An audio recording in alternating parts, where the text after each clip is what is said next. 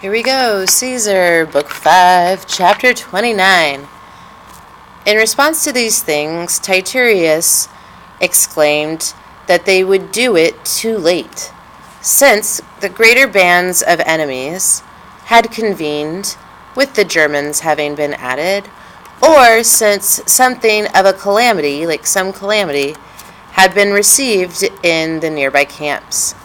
The time for consulting was brief. The occasion for consulting was brief. And now we're continuing this indirect statement. Titurius is the speaker, that he judged that Caesar had set out into Italy. Not otherwise would the Carnutes have made the plan of killing Tasgetius, nor would the Eburones, if that guy, Caesar, were present, have come to the camp with such contempt, or like such hatred of us, that he saw not the enemy, but the facts as the authority, that the Rhine was close by, that the death of Ariovistus and our earlier victories were a great pain to the Germans, that Gaul was inflamed with so many injustices having been accepted, Gaul, parentheses, having been driven back under the power of the Roman people, with their earlier glory of their military matter extinct.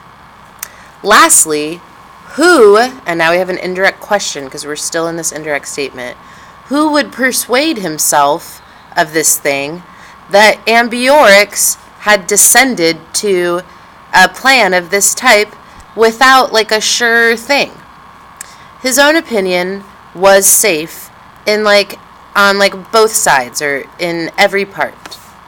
If nothing were very harsh, that they would come to the nearest legion with no danger. If all Gaul were agreeing, consenting, or working together, conspiring maybe, with the Germans, that safety would safety only would be found, would be placed in speed. Of Cotta indeed, and of those who were disagreeing, the advice would have what exit? Their advice would have what exit?